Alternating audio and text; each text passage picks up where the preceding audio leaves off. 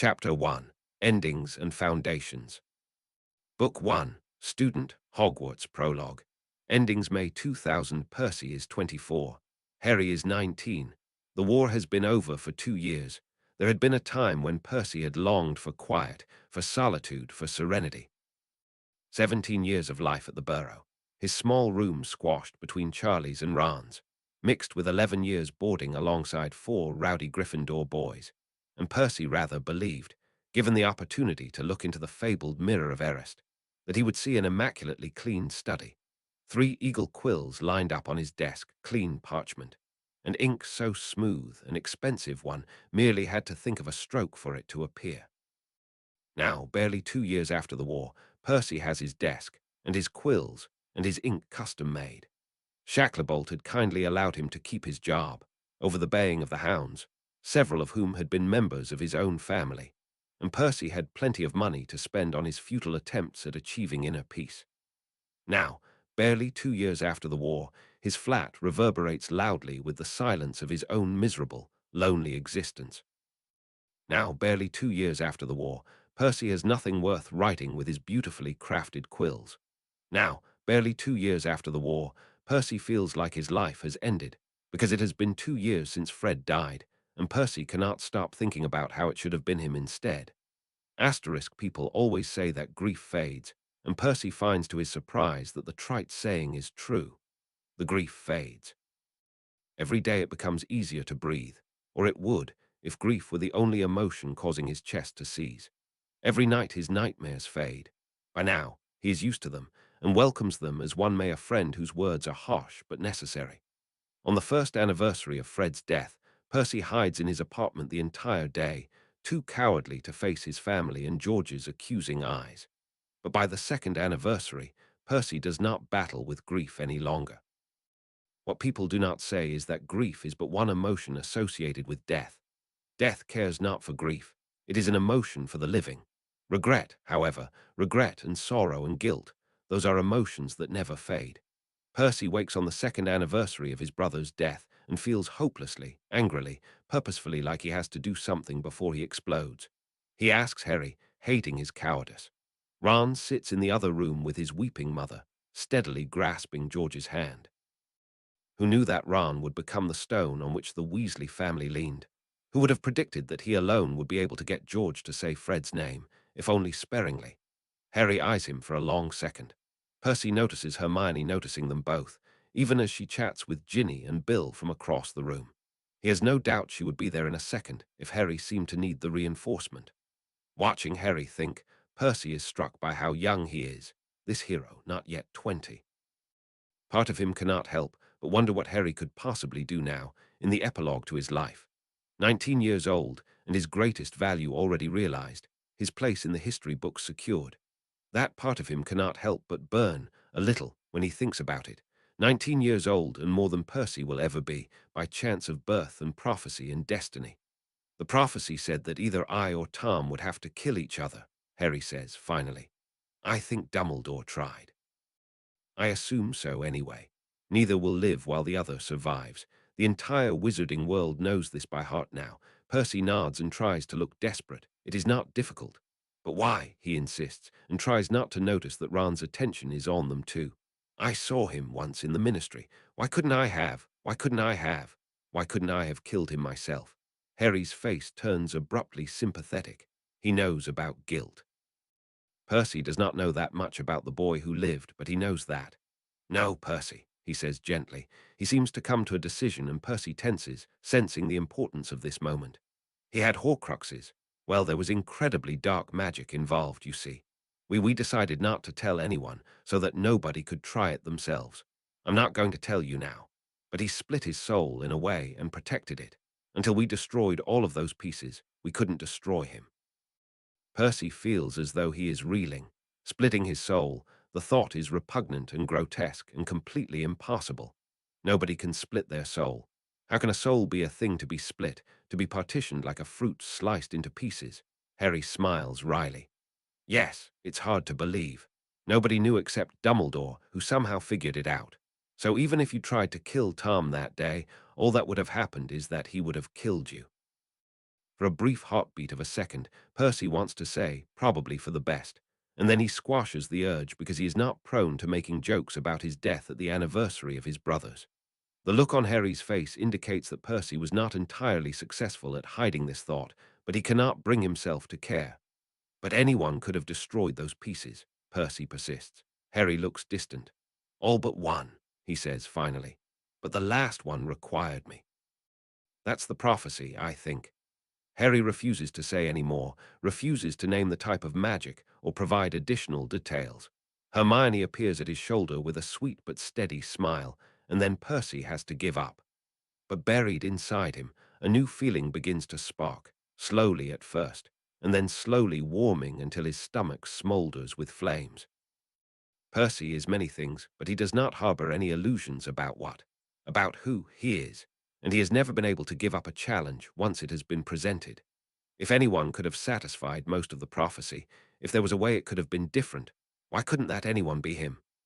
When he wakes to the noise and jumbled voices of the burrow, he mutters a small, wandless tempest charm, and he smiles for the first time in 2 years. Chapter 1. Foundations 1987-1988. Percy is 11 and 24. Harry is 7. The war is, by some accounts, still approximately a decade away. By others, it will begin in 5 years. July 1987, the first time that Percy sees Fred, he stumbles back physically into the banister, his chest seizing with shock. 8 years old and 2 teeth missing, George had lasted a week before pulling out a matching set. Fred is a manic ball of energy. He and George taunt Ginny, who waddles after them with a snarl vicious even at 5. Ron, hiding in the kitchen, alternates between watching their mum frying bacon and Bill decimating Charlie at chess. Ron turns and faces Percy when he slips into the kitchen. The delight is gratifying to see. Percy had forgotten that he and Ron had once been close, that he had taught Ron chess painstakingly, that he had read him and Ginny stories before bed because the older brood of Weasleys had been too busy for their kid siblings. He'd been so focused on one sibling, he'd forgotten he had 5 others. Suddenly, his task looms large in front of him, and he has to swallow against a sudden burst of fear. The first task first, and then the second he counsels himself, as if he were back in school and prioritizing for exams. He has a lead now. After all, the task of sending himself back in time had become the task of conducting a broad search into the field of time magic, and then finding the correct set of books in the library of records, and then cross-referencing his research with magical theory, and then locating the remains of the shattered time-turners, helpfully labeled and shelved as appropriate in the Library of Archives, and then disabling the wards around them, and then writing a will and an explanatory letter, and then conducting the chosen ritual, and then awakening into his new life. Honestly, with the various subterranean libraries of the ministry, of the old ministry, the one that guarded the secrets of magic, untouched by the rage of politics, one can do anything. Of course, one requires a formidable mind, an ability to organize information, and a pragmatic attitude. Luckily, Percy has all 3 and time to spare. The Dark Lord was immortal, is immortal somewhere out there. Percy shivers a little at the thought. "Purse move," Charlie says grumpily, clearly having lost the chess game. Percy shakes himself and moves out of the hallway where he had been lingering. "A defeat, I see," he says after only a minimum pause, trying to remember what he would have said. Who remembers being 11? He cannot recall what his vocabulary must have been like, but he certainly hopes that his speech patterns now were not similar enough to a child's to be mistaken for them. Percy had thought about a lot of things, very methodically and very carefully. Passing as 11 had merited an entire section of his action plan, but writing down Act 11 is very different than having to do so, in the flesh, in front of his entire family. Charlie wrinkles his nose. "I wouldn't call it a defeat." Bill shoulders past Percy as well, snagging his preferred seat at the long and groaning table. "Naturally," he says. "Perhaps you would prefer the term humiliation." Charlie looks for a second as if he is going to snap back, but their mother announces breakfast, and all hope of conversation is lost. Percy leans back and tries not to flinch as voices pile over voices. He probably should be enjoying this. He imagines many people would jump at the chance to relive their childhood. But after the last years of a hushed ministry, and a flat conspicuously absent of any traces of the Weasley family, a loud breakfast is jarring. The first task first, and then the second. Breakfast would come in time. The only clue Percy has to go off of is splitting the soul. Percy knows very little about souls. He'd always considered soul magic, an intangible sort of magic, best shelved with divination and left for the flighty types. But if the Dark Lord had discovered a way to make himself essentially immortal with soul magic, then Percy will have to become an expert. He'd debated waiting, of course. In theory, what mattered was not where one traveled from, but rather where one traveled to. But the thought of waiting another year, or 2, or 10 with that guilt solidifying in the back of his stomach, it was enough to make even Percival Ignatius Weasley feel impulsive. He spends the rest of the summer before his first year organizing his approach and trying not to flinch at the loud noises constantly permeating the burrow. He has to become an expert on souls, enough to know both how to split a soul but also how to destroy a shard of one. He has to become an expert on the Dark Lord, if only to find said soul fragments. He has to watch over Harry and gain his trust so that he may recruit him to destroy the last soul fragment and thus fulfill the prophecy. And finally, he has to become at least proficient in dueling and disguise so that he may travel as necessary to complete the various tasks. His magical core is undernourished, this body never having performed magic, and it will take at least 2 years of rigorous practice before he will be able to physically handle advanced magic. Finally, he must leave the timeline as intact as possible until he is ready to make a move. As it stands now, he knows what will happen, at least the broad strokes of it. The moment he interferes, all advantage will be lost. So, he must wait in the grass and gather his strength for a single, decisive strike. Percy fancied himself rather good at waiting. The striking, well, would also have to come in time. His siblings are all so small. Even Bill, the eldest, is a gangly 17, looking not unlike Ron from the prior timeline. He has not yet grown out his hair nor acquired a fang earring. Ginny, rounding out the other end, is stunningly tiny, and Percy can hardly reconcile her with the fierce and stubborn teenager he left behind, though he soon remembers how stubborn she always was, forced to placate her while the others played Quidditch outside. Ron is quiet, as always, and fiercely protective of Ginny. Percy watches him more than he does the others, all too aware that it is Ron, this chubby child prone to tears, who contributes the most of the Weasleys to defeating the Dark Lord. Percy cannot quite see the cunning and loyalty that his youngest brother grows into, but he does his best to encourage it, beginning with a quiet tutelage in chess. Fred and George are Fred and George. The relief and abrupt guilt of seeing them together is sufficient to keep Percy an arm's length away. They gleefully terrorize Ron, and when Percy removes them of that entertainment by sequestering Ron and Ginny away for lessons, turn to each other instead, dark red heads bent together. He watches them often but cannot bear to speak to them, either of them. He'd failed them both, and sometimes he still wakes up in his bed in the burrow with Fred's frozen face fading from his mind or George's horrified scream. Charlie trades his time between flying with Bill and chatting idly with Percy. With Charlie's future career in mind, Percy asks him several pointed questions regarding his interest in magical creatures, and is rewarded with the disconcerting experience of being the preferred choice of company for one of his siblings. He isn't sure what to do with Charlie's esteem, particularly when he notices his mother smiling approvingly at him socializing. His parents he avoids. He cannot help but see his father, stooped and frail with tears, and his mother sitting unnaturally still, the fight and air leaking out of her open mouth. She makes him a cake for his 11th birthday, and he barely tastes it. Percy himself says little. He has never been good with children, and he worries his parents will notice that their middle child woke up with a larger-than-life vocabulary and a cynical worldview that cannot be explained by his brother's bullying. To his surprise and mild irritation, nobody questions his silence. He'd forgotten how much he'd faded into the background, even then, how little anyone noticed him. It doesn't matter, he tells himself when he shuts himself in his room early, right after supper, though the light outside his window will be warm and bright for several more hours. In fact, he spends most of the summer in his room, organizing the same scant information he has over and over again, thinking about what lies ahead, rather than what was in his past, flinching as the voices of his siblings pile over each other in a loud, untidy heap. September 1987, after a fierce internal debate, Percy takes Scabbers to Hogwarts, like he had in the original timeline. He doesn't want to leave Scabbers at the Burrow, but he does not want to let that beast scrabble around his things and his business. He compensates by asking his mother to cast the most powerful ward she knows around the rat's cage to keep him inside. Percy just won't let him out very often. Gryffindor is the same, plush, red, and stuffy. For a brief second under the hat, Percy had worried he would get another house. Even, dare he admit it, Slytherin. But no, the hat cheerfully admits that his plan has no basis in wisdom, and while Percy certainly will need cunning and dedication to pull it off, he has not yet demonstrated he is either subtle or hard-working. Percy is offended at this last. "The only trait I see in you right now is brave," the hat says condescendingly. That, and desperate.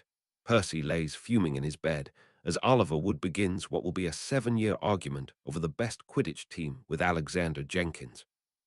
Percy barely says a word to either of them at dinner, struck by the sight of Alex, who dies at the Battle of Hogwarts within the first 30 minutes.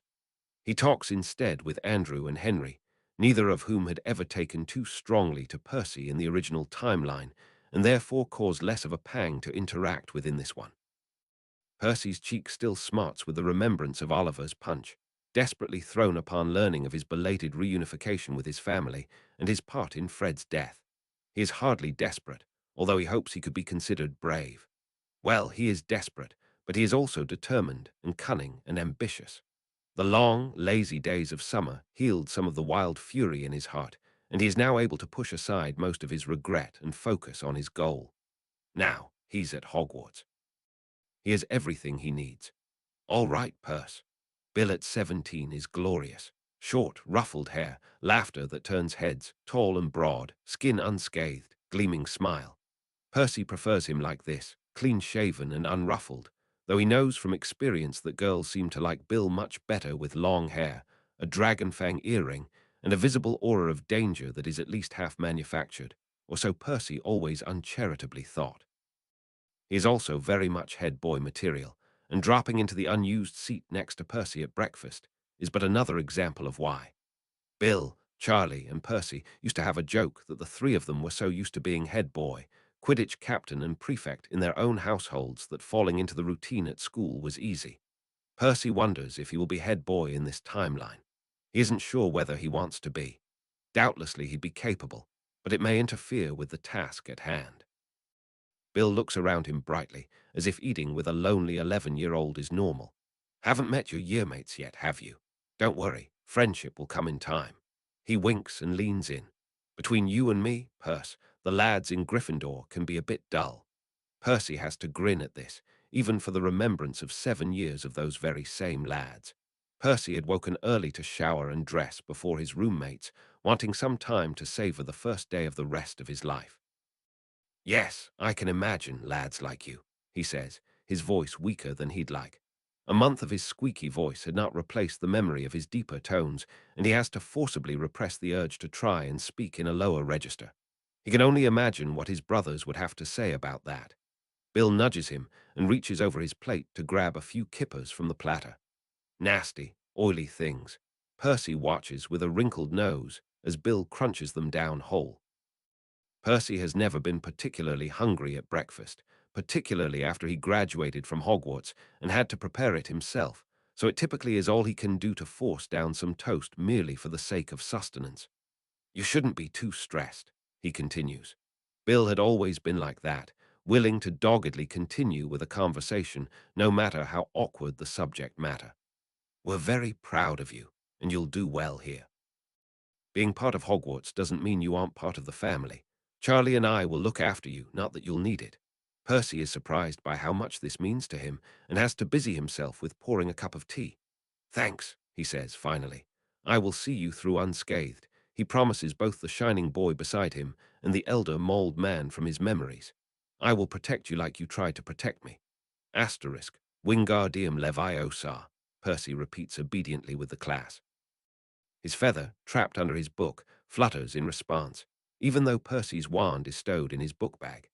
Master wandless magic, he adds to his mental list of tasks, which really needs to become a physical list as soon as Percy has access to a journal and the magical strength to perform a strong warding spell. He is reasonably proficient with smaller spells, but he should at least be able to do a wandless stupefy and perhaps a protego. Oliver notices Percy's feather moving and scowls. He reaches into his bag, presumably to grip his wand. Percy debates informing him that he's liable to levitate his bag in that position, but refrains. When he had considered sending himself back to his first year, he had thought it logical. Maximize time with Hogwarts resources, sans the Dark Lord in order to be prepared for his strike. He has 4 full silent years before Harry comes to Hogwarts and the war begins. It should be plenty of time to take careful, quiet action. What he had not considered was that he would have to retake an entire 7 years of classes. Percy had achieved 13 outstanding owls, but even he had not mastered every spell on the first try, nor been particularly noteworthy in potions. Faced with blending in with 11-year-olds, however, he does not quite know how to make his magic not work. "Excellent, Mr. Weasley," Flitwick says delightedly, when 15 minutes later, Percy's feather rises steadily into the air. "A powerful spell. 5 points to Gryffindor."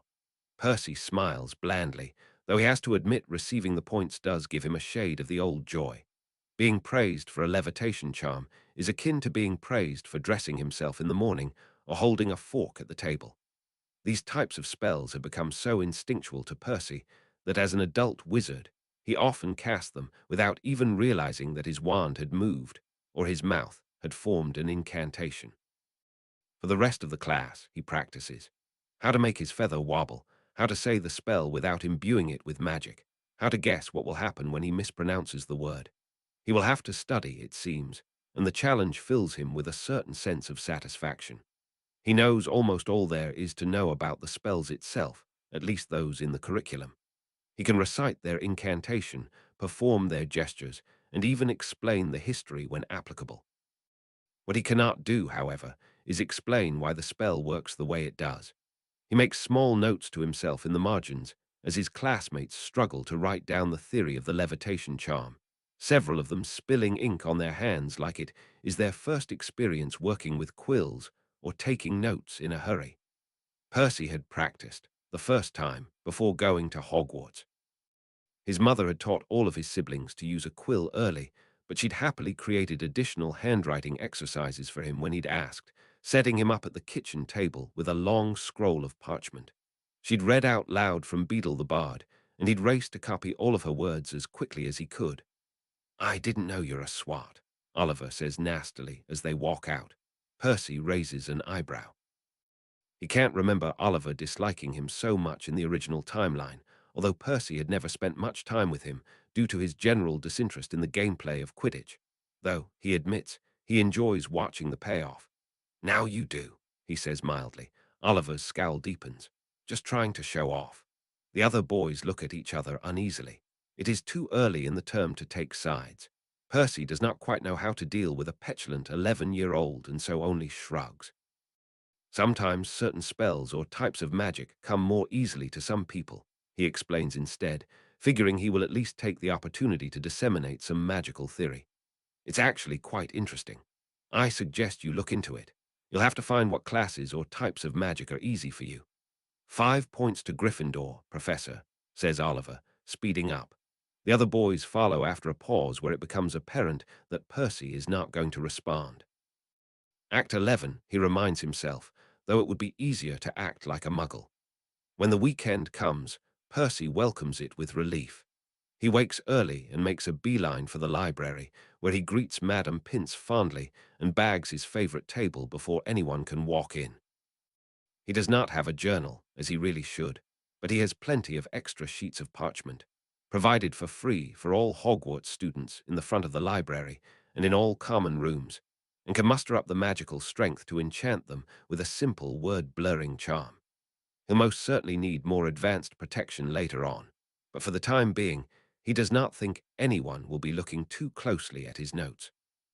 Percy begins with a timeline of the last 2 wars, written as neatly and detailed as he can remember. He had not risked writing any of his plans while at the Burrow. His mother was not known for respecting her son's privacy. There are plenty of books at Hogwarts that speak of the First War. He begins to levitate a large selection of them over to his desk, but they crash to the ground midway through the spell, and he has to quickly retrieve them before Madame Pince swoops down on him. His magic is tired. It is a strange feeling, and not one he has felt for very many years. Practice magic. He adds to the top of his running priority task list after stacking the last of the books by hand on the side table he'd dragged over, also by hand, to house his research materials. Honestly, being 11 is rather like being a squib. The First War, he confirms shortly, is shrouded in mystery, largely because nobody is quite sure of who the Dark Lord is. Many of the books were too afraid to even write the name Voldemort in print. Obtain better materials, Percy writes grumpily at the end of his list. Grumpily, since without any money, he's rather stuck with the Hogwarts collection. Luckily, Harry made it clear that the most feared wizard of their generation was a half-blood, Tom Riddle, previous Hogwarts student. Unluckily, the Hogwarts library does not have much about its students. The best Percy can do for now is note Riddle's enrollment and graduation dates, and list the award for special services that Riddle rather suspiciously won. He cajoles Pince into retrieving the student periodicals and flips through his parents' years in a desultory fashion until she disappears, at which point he grabs a much earlier stack. Riddle graduates, looking cold and commanding and handsome in his graduation robes, head boy badge pinned to his chest, the head girl barely notable beside him. He is not featured, per se, in any of the articles or pictures, but he is present in many of them, lingering just out of frame, quoted here and there. If not popular, he was clearly respected, and yet, after Riddle graduates, he just disappears. He does not have employment listed in the back section of the graduation periodical, unlike many of his classmates. Years pass, and then suddenly the terror begins. It begins slowly, as far as he can tell, flipping through old and wizened newspapers. Grindelwald's defeat commands headline news for much of 1945. A disappearance here, a murder there. The prophet spends an entire year reporting on the Knights of Walpurgis, whoever they are. The appellation, he who must not be named, does not appear in print nearly until the end. From what he knows of the Second War, however, it should not be a surprise that the wizarding world was so slow to catch on. From Harry's account, the Dark Lord is active to some degree for 4 years before he completes the resurrection ritual, and it took a further year for the Ministry to acknowledge his return. He ignores the flare of shame that accompanies this thought with practice. By then, of course, it was too late for the prophet to be considered anything close to reliable. Clearly, Tom Riddle becomes immortal before he kills Harry. The question is not only how, but also when. To do that, he must study the man himself and see if he can discern any clues. November 1987, Professor McGonagall eyes him over a steaming cup of tea. Percy looks down. He can't help it. Minerva McGonagall will always be able to make him feel 11 years old, regardless of his physical or mental age. "What are we going to do with you, Mr. Weasley?" she says crisply, but not unkindly. Percy wants to cringe. He'd known this was coming. All the heads of house are required to meet each student at least once a year, but he somehow had not thought his meeting would be quite so early, nor challenging. "What did I do, Professor?" Percy responds when it becomes apparent she is content to wait him out. He will have to remember that trick if he is ever faced with an enemy or a petulant child. McGonagall gestures briskly at the report in front of her, somehow managing to make the gesture encompass his entire first 2 months at Hogwarts. "Nothing is a challenge for you, is it, Mr. Weasley?" "Quidditch, ma'am." This surprises a chuckle out of her, and some small tension creeps out of the open window, where the first-year Hufflepuffs and Ravenclaws swoop below on broomsticks. That is apparent, although Madam Hooch tells me there are some potential athletes in your year. For you, however, your talents clearly lie along another route. Percy sits quietly, his hand folded. Oh, he tried to take it slowly, to not transfigure the match, to keep his feather pinned to the desk. He's been studying the theory, too, practicing wandless and wordless magic instead of his assignments, striving to see what makes a spell work. He's achieving perfectly outstanding grades in his other classes, astronomy and potions, and care of magical creatures. In those, he merely keeps quiet, often lost in his own thoughts. In the spell-based classes, however, he cannot seem to keep himself from casting the damned spell. The unintended result of practicing wandless and wordless magic is that he must make an effort not to think of the spell at all when the class practices the incantation, lest he accidentally produce the result. Something does feel different, though, when he says a spell with the intention to cast. He can feel the difference between activating his magic and merely reciting the words. What he struggles with is control, with consciously producing one effect or another. And thus I have come to the conclusion that, though it is early in the term, I must recommend you for extra tutelage if you are interested. Percy's head snaps up. It is rare, if not impossible, to receive a recommendation for extra tutelage as a first year. Percy first began taking extra lessons as a third year, and even that was considered precocious. Pride mingles with guilt, but pride wins out. "Thank you, Professor," he says, already envisioning how he will tell his parents. He tries to look innocent in a way that conveys young prodigy and not time traveler. McGonagall nods briskly. "Just as a trial basis, we will begin with transfiguration. If you seem to be handling the extra coursework, I shall ask Professor Flitwick to take you on in charms. I would also recommend potions, perhaps next year, although Professor Snape is selective about the students he takes." Percy wants to snort. Professor Snape only deigned to take Percy as an extra student after he achieved an outstanding on his owls, and even then he had never graced Percy with private lessons.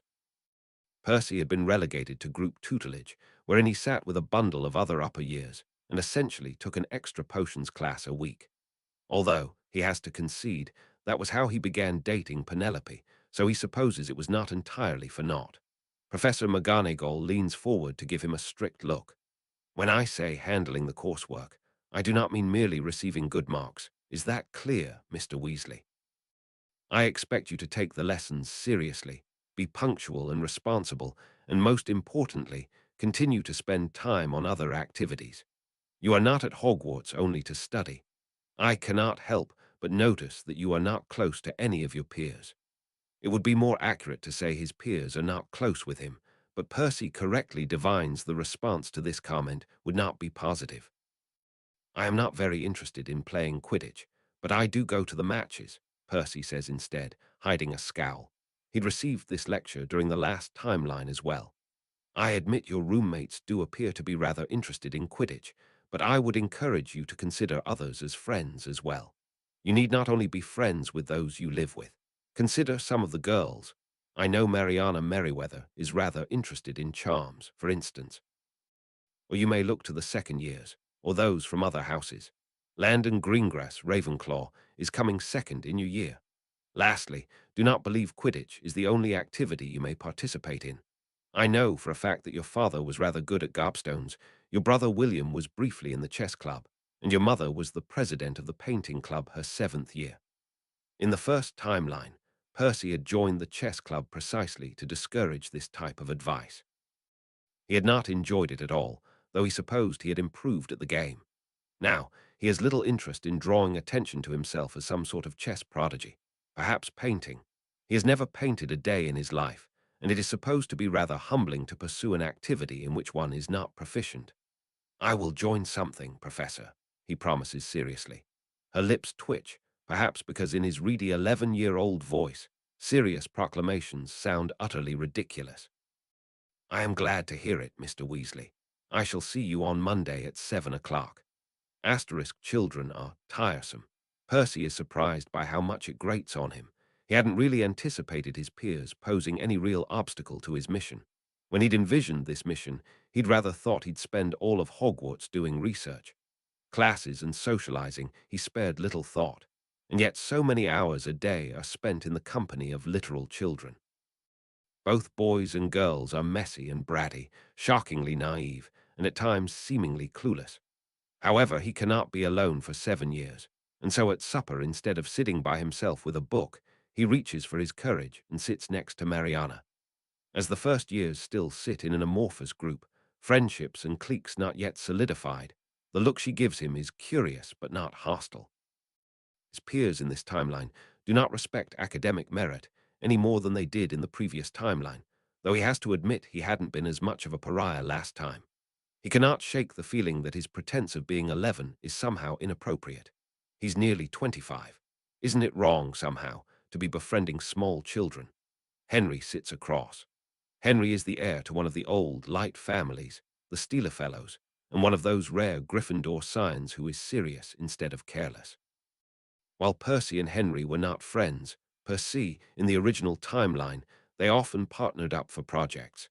Henry was not particularly brilliant, but he at least recognized the importance of his coursework and therefore could be counted upon to complete his work diligently and well.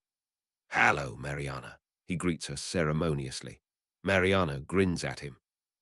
The second heir to a wealthy family herself, her prat of an older brother, Gregory, a pompous and self-important fifth year. She knows Henry from the privileged gatherings the Weasleys were not invited to due to their lower standing in society. "Hallo, Henry, how do you do?" With Mariana, Percy remembers idly, it is often difficult to separate mockery from earnestness in her tone. Although Percy was always a bit aloof from his peers, it is impossible to live for 7 years with the same people, taking nearly all the classes together, without getting to know each person well. Seeing them all again as children is shocking, particularly when he remembers or notices something he'd never even known that he knew. "I had my assessment with McGonagall," Percy says, for lack of much else. Mariana immediately rolls her eyes. "Mine was boring," she reveals, as if it were a secret. She mimics McGonagall's Scottish brogue. "Are doing well in your classes? Do you have any friends? And have you considered Quidditch?" Henry and Percy both laugh. "Mine was rather similar, except she didn't try and recommend Quidditch," Percy says. Henry nods sagely. She must have heard from Oliver. Oliver's latest gripe with Percy is that he claims absolutely no knowledge of any Quidditch teams. To be fair, Percy actually enjoys a good game of Quidditch. However, he isn't confident in his ability to recall dates. He picked the Chudley Cannons as his team, as he can safely assume they are always losing, and Oliver had walked away in disgust. "She wants me to join a club," he explains. "I'm thinking about painting." "Do you know how to paint?" Percy shakes his head. "But I have been told it is a positive experience to be bad at something," he says, sharing his earlier philosophical thought, and is rewarded by 2 snorts. He had been serious, but he supposes he should be pleased that his peers think him funny. He's never been thought of as funny before. "Akio," Percy mutters harshly to himself, pointing his wand at a boulder near the lake. He ducks instinctively, but when he looks up, he finds the boulder has barely moved. Percy's lips turn down. As every fifth year learns, the difficulty of the summoning spell relies on the weight of the object, the distance between the caster and the object, the familiarity with said object, or more accurately, the ability of the caster to picture the object clearly, and whether unimpeded visual eye contact is possible. Here, Percy has no distractions. He is a mere 2 or 3 meters from the boulder. He has examined it carefully as to become familiar with its shape, and he has clear eye contact. Boulder is heavy, yes, but it should have at least rolled partially toward him. "Akio," he spits out again, waving his wand with a bit more force. He breaks out into a light sweat as he locks eyes with the boulder, willing it to move. This spell would be entirely out of reach for the average 11-year-old, but Percy is not average. He should be able to get it to work.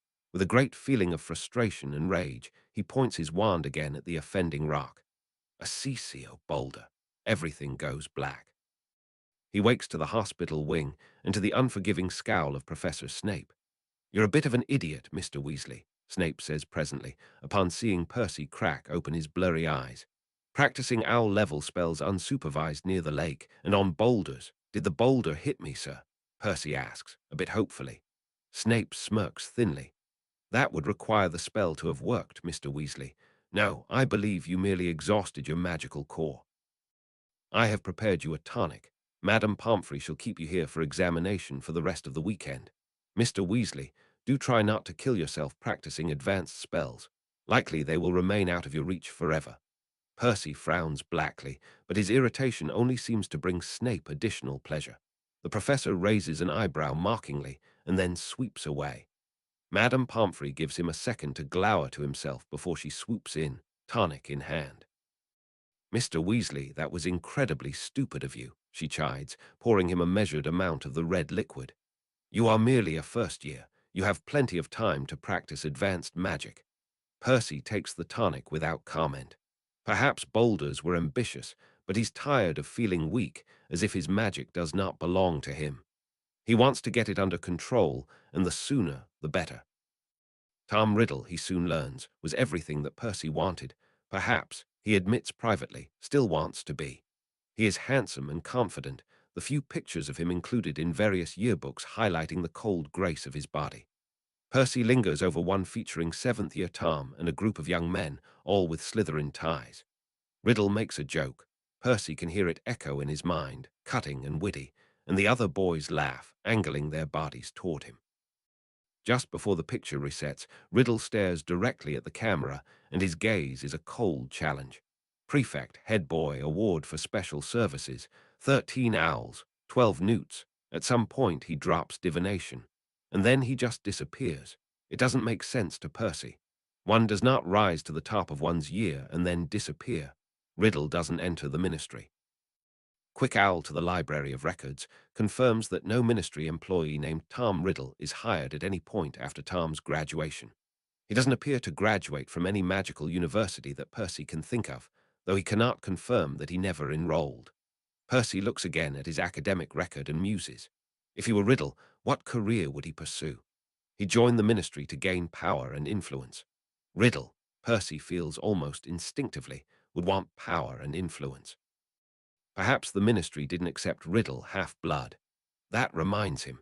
He knows Riddle's blood status because Harry took great pleasure in spreading it after the war. But who were Riddle's parents? Where did he live during summers? He adds it to the list, which has really begun to grow out of control. So, Riddle is rejected from the ministry and moves on. Where does he move on to?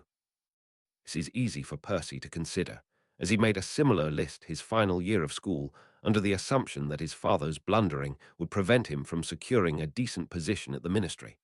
Talented Hogwarts students become curse breakers, aurors, university students, researchers, healers.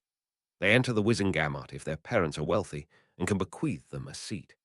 Usually, however, they pick the ministry department most suited to their interests and rise the political ladder. Riddle would not become an auror, something he confirms when he finds who sat the entrance exam the first few years after 1945. Government public records are a marvelous thing.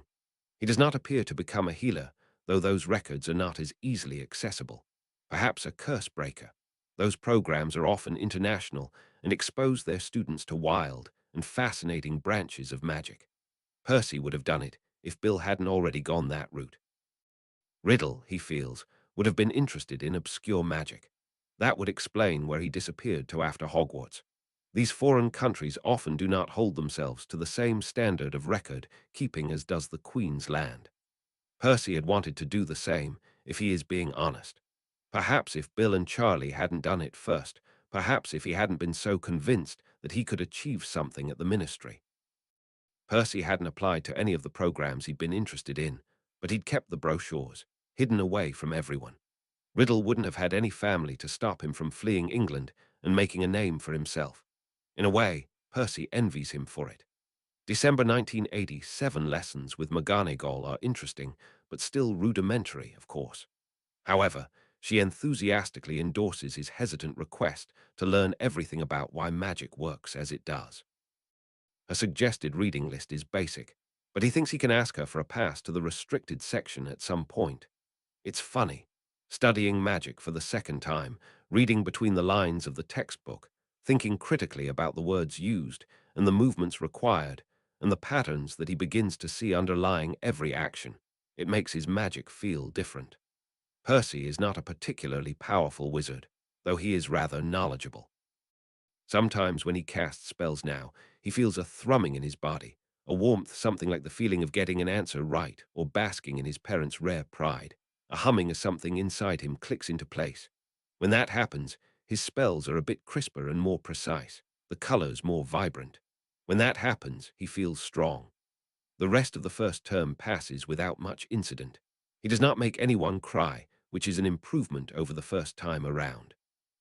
He reads most of the non-restricted books about soul magic, of which there are a grand total of 14, a mere droplet when compared to the Hogwarts library, and closes each one with disgust. They are all equally useless, speculative, and poorly researched. lacking substance.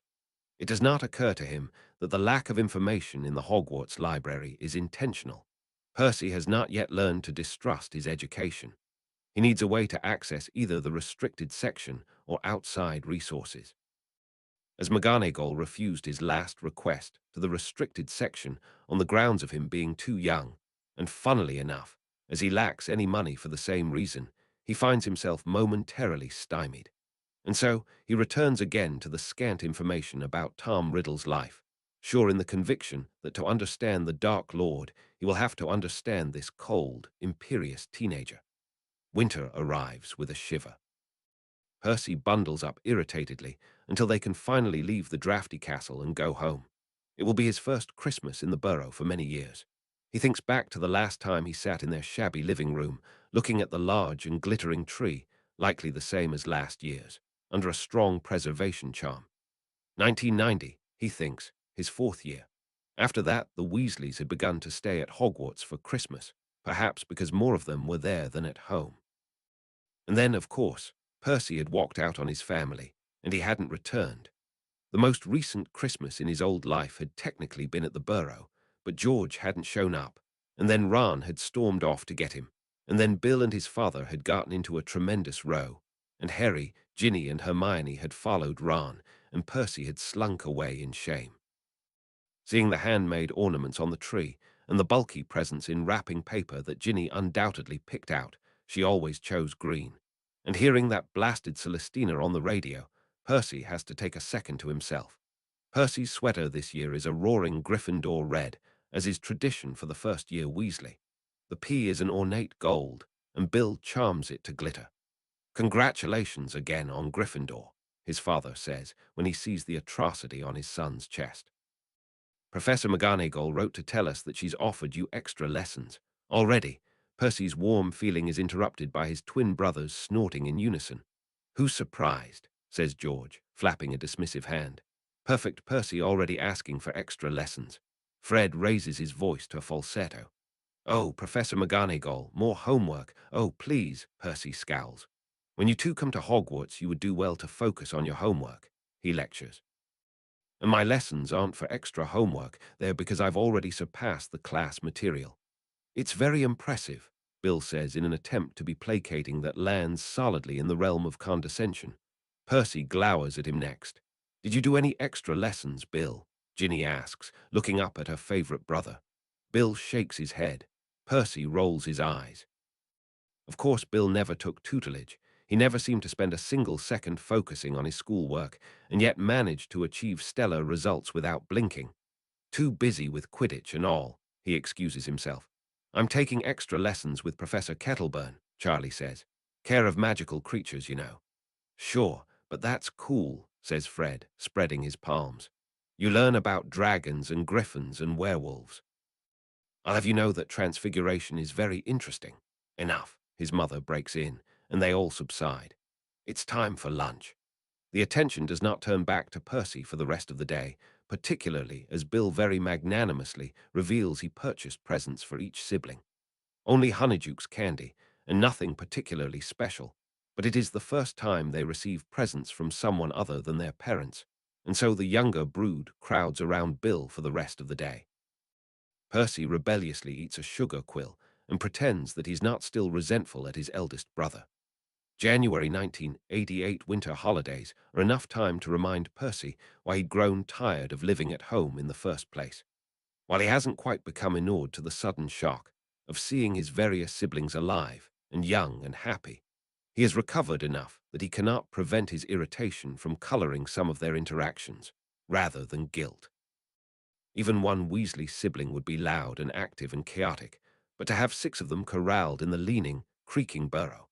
Percy had begun to feel rattled after the first night. Ginny wails as they pull up to the Hogwarts Express, clearly unwilling to let Bill go.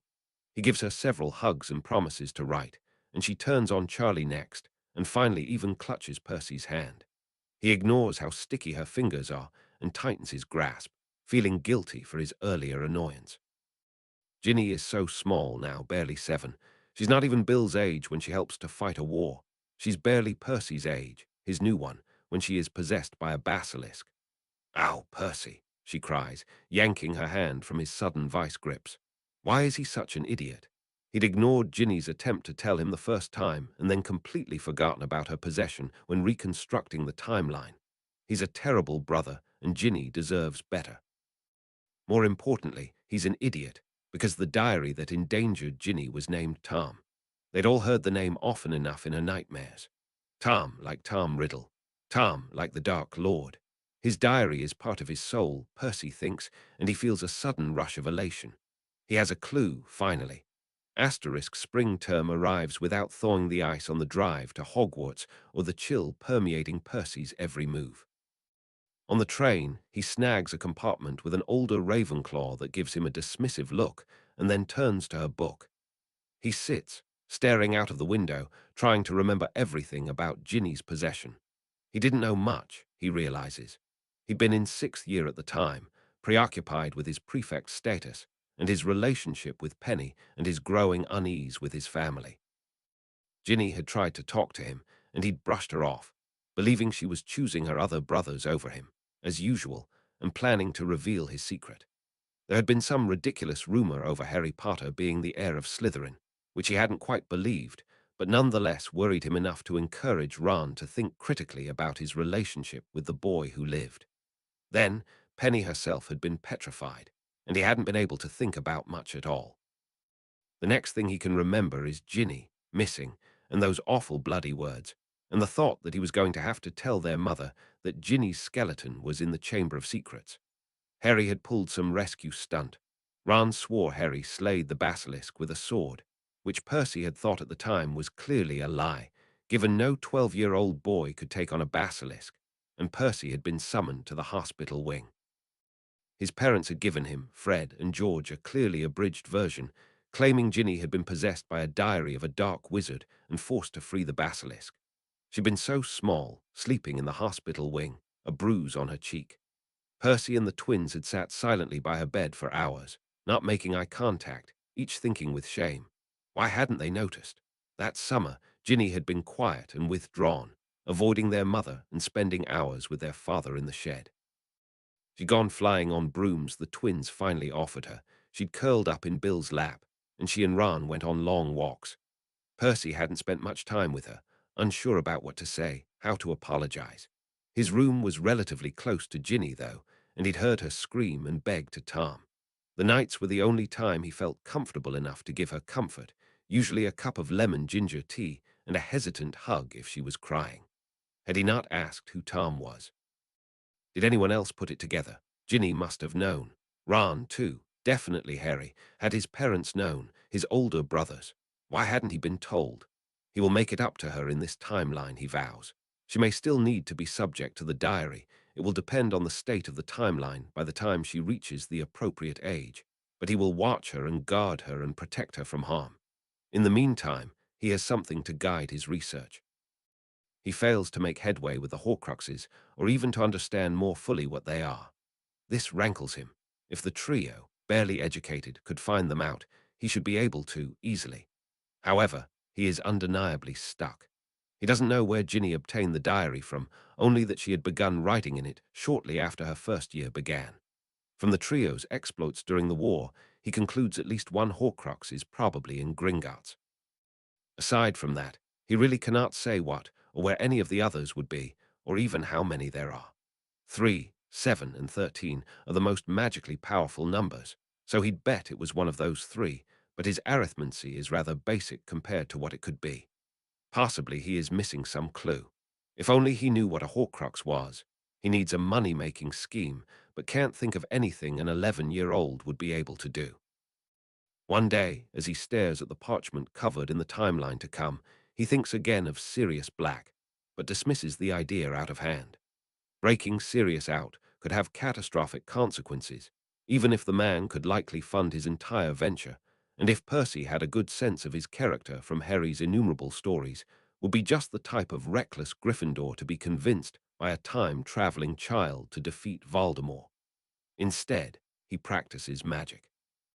He'd never practiced too much magic during his years at Hogwarts.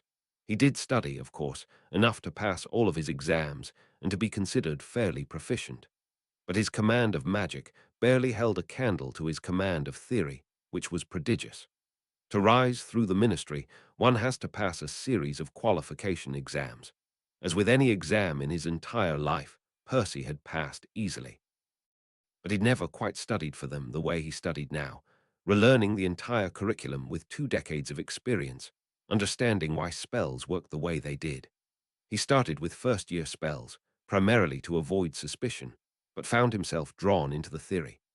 An entire day was devoted to the levitation charm, until Percy finally understood that what the charm actually did was, somehow, harden the air beneath the object. In his past life and this, Percy never was exposed to Muggle science. In both lives, had he known, he would have found this to be one of the largest tragedies of his education. He reads and reads and reads until he's mastered the entire year curriculum. His peers eye him sideways, but their glances are easy to ignore. When he's done reading for the day, he heads to an alcove he found in the previous timeline and practices until he no longer feels like he wants to collapse at a simple spell. April 1988, Percy goes home for the 1-week Easter holiday, though at some point in the original timeline, he'd begun staying at school to prepare for exams. He's glad he did, as Bill takes the time to casually inform his parents that he intends to study in Egypt after graduation. Egypt, his mother shrieks, so loudly that all the siblings turn as one, scenting blood. Egypt. The program is very respected, Bill says, brandishing a pamphlet. His ears go a bit red when he notices his siblings watching, but he perseveres, speaking in a calm and rational voice that Percy knows he uses as head boy. I've received a complete scholarship. Professor Flitwick helped me apply. You're graduating and moving back home, she continues as if he hadn't said a word. There are plenty of programs here to attend. Not in curse breaking, Bill emphasizes. The British are a bunch of pansies when it comes to curses. It's all blood supremacists cursing their dark artifacts to hurt muggles. We need people like Dad to deal with those. You can go work with your father then. Bill is nothing if not persistent. The Egyptians have thousands and thousands of years of history. They had civilizations while we were sitting around in the dirt.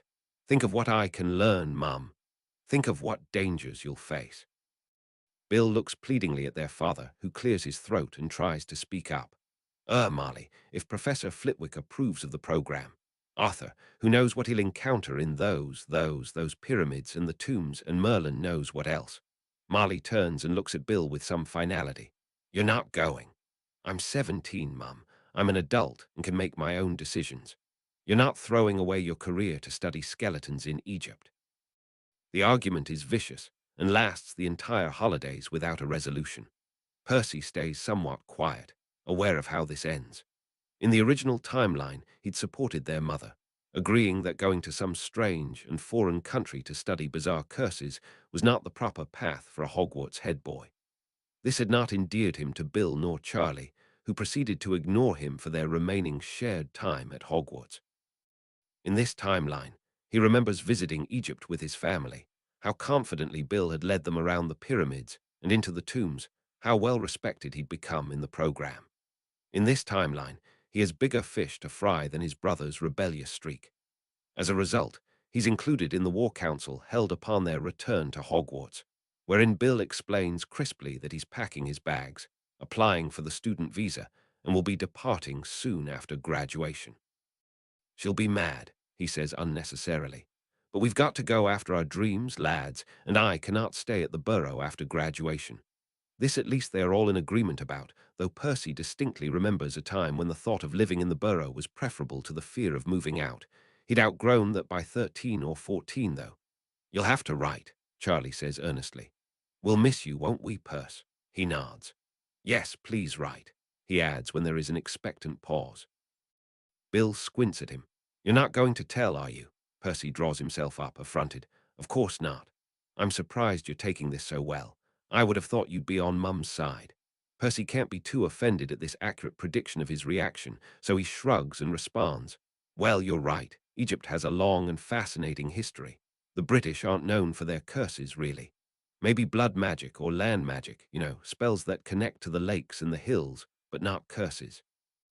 He'd done quite a lot of reading about it the first time they'd gone to Egypt, after all. Bill looks mildly impressed. The conversation turns to logistics, How does one leave the country without parental consent, even if one is of age? And Percy relaxes. They'll have to go to Egypt this time too, he realizes, in order for Black to see the pictures of Pettigrew. It's funny how these things work. He'd been so angry and resentful that the second they came into some money, his parents had squandered it on a massive family trip to Egypt. What about their bills, or new wands, or new clothes?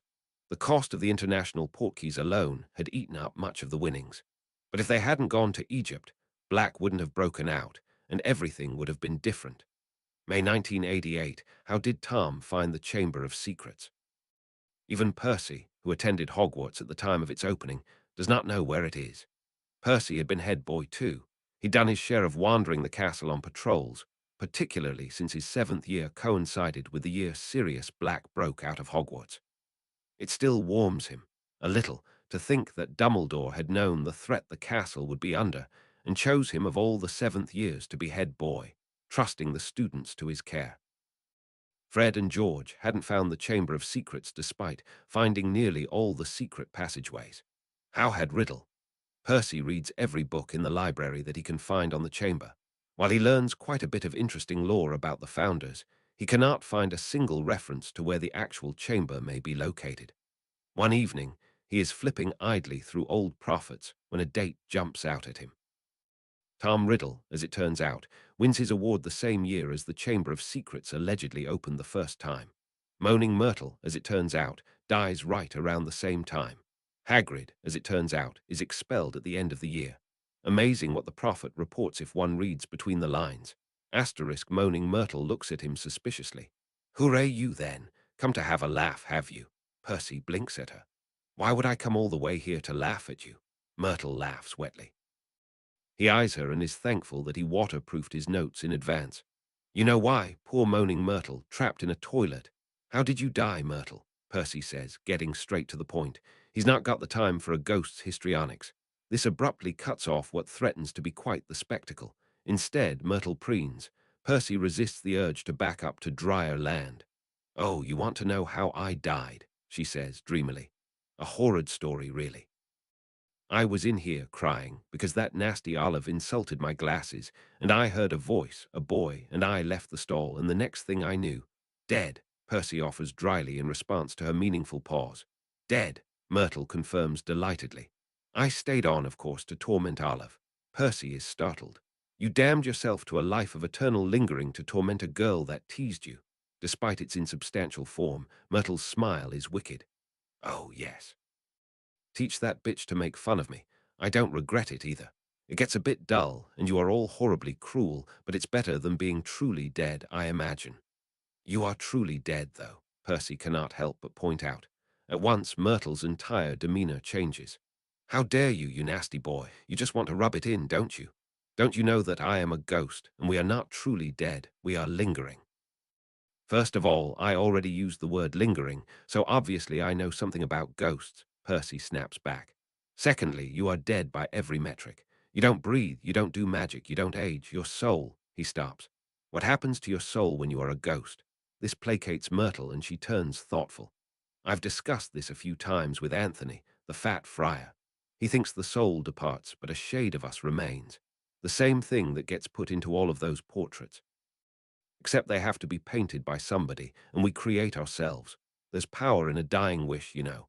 Percy forgets for a second about Tom Riddle and gapes at her. She meets his gaze, seemingly unoffended at his surprise. That's really fascinating, actually, Percy manages, his brain buzzing. He itches to put aside Riddle for a second and look into it. But he came here with an agenda, and finish it he must. But I wanted to ask you some other things, Myrtle. To begin, what house were you in? Ravenclaw, of course, you're Gryffindor. I can see your tie. Did you know Rubeus Hagrid? He was a Gryffindor, too. They say his nasty monster killed me, but I don't remember seeing any monster except, she gulps, a pair of great yellow eyes. It was a basilisk, and it wasn't his, Percy says absently. He suddenly starts. Myrtle, can you keep a secret? Yes, she says instantly. Girls come to me all the time. I never tell their secrets. Olive used to tell mine at breakfast. I'm trying to investigate Hagrid's expulsion, Percy improvises. Stupid, he hadn't meant to let any secrets flow the other direction. I don't know if the thing about the basilisk is true. It's just something I read somewhere. Don't repeat it, okay? I need the proper evidence. She peers at him. Why are you trying to investigate Hagrid? This he has an answer ready for. Well, if he's a murderer, I don't exactly want him near us.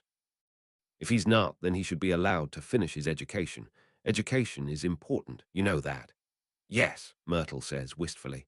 When I first died, I went to all my classes, just to torment Olive, you see, but then I found I missed it. I did the whole 7 years. Professor Flitwick even let me take my newts, through him, of course. She flashes him a conspiratorial grin and suddenly looks more alive. I had to take them twice to get all outstandings, but I finally did. Percy cannot believe he is smiling at a ghost, moaning Myrtle of all ghosts, but he can't help it. He too would probably insist on taking his newts if he was trapped as a ghost. Quite right, he says approvingly. Good for you, Myrtle. What's your name? Percy. Nice to meet you. So you completed all 7 years. Did you ever meet a Greengrass? He's one of my, friends. Landon Greengrass and Percy have begun partnering in charms, but they have yet to exchange any friendly words save from discussions over proper pronunciation or wand movement, but Percy will take what he can get. Myrtle shudders instantly. Nasty boys, all of them. Thought they were so clever, but they were cruel. Cruel to girls and animals and professors, and definitely to me. They thought my death was funny. Percy talks before tears can come. Oh, it's not funny, Myrtle, it's horrid. Anyway, his grandson is really quite nice. He's a Ravenclaw too, I'll, introduce you. Was his great-grandfather also in Ravenclaw? Myrtle shakes her head and says scornfully, of course not. He was a Slytherin. They were all Slytherins, Greengrass and Malfoy and Avery and Nott and Riddle, all nasty, sneaky Slytherins. Percy is beginning to sweat. I know a Nott, I think, he says carefully. And my dad hates Malfoy. What about Riddle? I don't think I've met his descendants. Myrtle shudders again. Nasty boy. Everyone loved him. Perfect head boy Riddle. I caught him with this girl once in the corridor. She was crying. I screamed at him and he ran away. Yes, Riddle would, wouldn't he? He had probably just killed Myrtle and was unnerved to see her. He was head boy. Everyone thought he was perfect, but I never liked him, Myrtle continues spitefully. Anyway, I don't think much happened with him after he graduated. I think he went to work at some shop. Some nasty shop in that nasty alley that everyone told me never to go to. Borgin, something like that. So much for being head boy, Percy says, and his disdain is only half faked. Borgin and Burks. Imagine. He chats a bit with Myrtle and then bids his leave, promising to return. Despite himself, he enjoyed talking to her once she seemed less likely to burst into tears. Percy avoids Penny. It's far too strange to see her, 11 and skinny and pigtailed, and their relationship feels recent enough to Percy that he occasionally still misses her. He knows far too much about her to talk to her casually. Imagine if he accidentally mentioned her brother's name or referenced a joke she does not yet get. If he's being honest, he avoids most of his classmates, particularly the Muggle-borns. So few of them are still alive and unharmed in his time. He sometimes thinks that his generation was hit the hardest by the war. They were still young, still reckless and foolish and idealistic. These Muggle-borns did not know how to read the signs, not like the older ones. They did not have houses to disappear to, money stashed up. Neither did they have families to protect them like the younger ones, many of whom went quietly to primary school in their towns and pretended not to know a Kneazle from a housecat. No, Percy's classmates fought back, and many of them died. Seeing them at the beginning of their lives, knowing that their days were numbered, it's easier just to keep to himself. And so he spends much of the year alone. He wanders when he can. Not at night. He won't risk a detention. But he enjoys walking the grounds as dusk begins to settle when the rest of the brood is in the great hall for supper. He even sees Snape sometimes, skulking around the forbidden forest. I saw some exploding snapdragons a few meters back, he tells Snape one day as the sun streaks a brilliant blaze across the sky. Snape pauses. He's holding a bag of what looks like thistles, which Percy eyes curiously. They're used most commonly for potions of protection. And am I to believe the words of an 11-year-old boy? Percy shrugs. I read a lot, sir. Snape eyes him. Perhaps you should read less and study more. Your potions leave much to be desired. Percy is purposefully not excelling at potions, though after that comment he begins to improve openly. After all, Snape did walk in the direction of the exploding snapdragons. June 1988, Percy's first year ends. Bill graduates near the top of his class and then has an extremely dramatic breakup with a girlfriend that Percy doesn't remember at all from the original timeline. Charlie dances around a courtship with Nymphadora Tonks that comes to an abrupt end when she begins dating Belby, Slytherin Seeker, and as close to a fuck you as Nymphadora can give to the Gryffindor Seeker while still refusing to speak to him. Percy watches Charlie watch Nymphadora watch Belby for nearly the entire ceremony and wonders what they fought about to bring about the end of what he vaguely recalls as a deep friendship. Summer passes, too, lazily. Percy returns to the burrow and is able to secure a small job at the village library sorting books. While the job is appropriately boring, he is, for all intents and purposes, a young child. It does net him a few extra sickles per day. To his mum, he claims they are repaying him for his labor by allowing him extra loaning privileges in the village library. Since Percy is the only one to frequent said library, Marley does not question this. He has to bite down on a surge of resentment when she questions him. Why is it wrong to earn money, to have an early job, to learn discipline and responsibility? Why do his parents prefer they are proud and poor to practical and stable? Percy always was distrusted for his ambition, and it rankles him no less now than it did then. Ginny, at 7, begins to display more signs of the strong personality she later grows into. Percy watches her one night sneak into the broom shed on tiny legs and wonders how he had never noticed her rebellious streak the first time. She and Ron begin to spend nearly every second of the day together.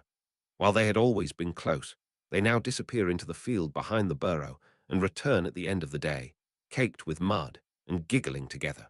Fred and George continue their nonsense. They hint at the chaos they will unleash upon Hogwarts in 2 years' time.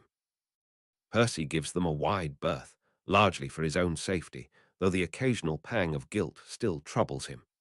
Bill leaves after yet another dramatic argument with his parents, clutching his trunk and fleeing away with youthful declarations of independence. Percy wonders why nobody resents him for leaving his family. Percy at least had stayed in England. Left to his own devices, Percy does what he does best.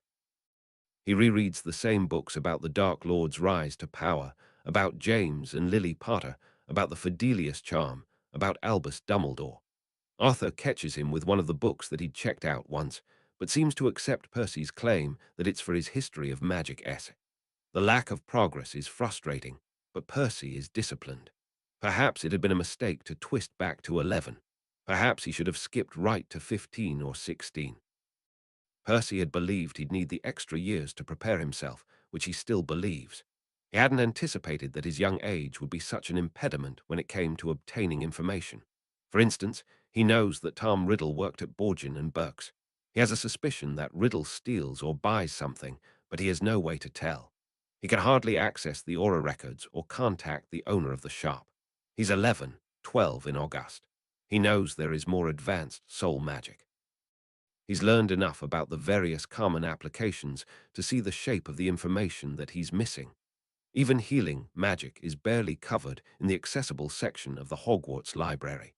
Once again, however, he's 11, and he can hardly ask anyone other than Professor McGonagall for access to the restricted section. He can't leave Hogwarts, even to Hogsmeade. He can't owl-order books until he's made a bit more money. He can't become an animagus without draining his magical core, and he can't practice advanced magic for the same reason. All Percy can do is plan and make to-do lists and wait at least another year. All he can do is hope that when the time comes, he'll be able to act decisively and effectively. But he will act. He has to. Otherwise, all of this would have been for naught.